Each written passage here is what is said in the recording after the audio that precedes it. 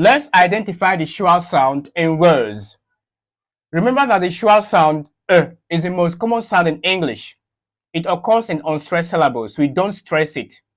And in British English, we don't pronounce the sound with the ra sound. The schwa sound can be found in words ending with OUGH. Examples: these two words, the OUGH is pronounced as the schwa sound Let's transcribe them. We have thorough, thorough, borough, borough.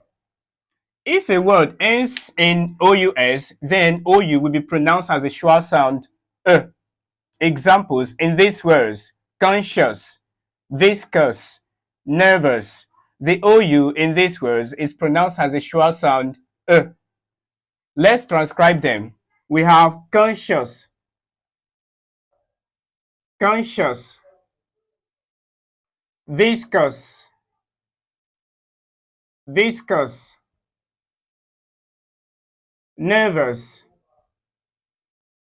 nervous. With this, you'll be able to identify the schwa sound in words. Please like, comment, and share this video.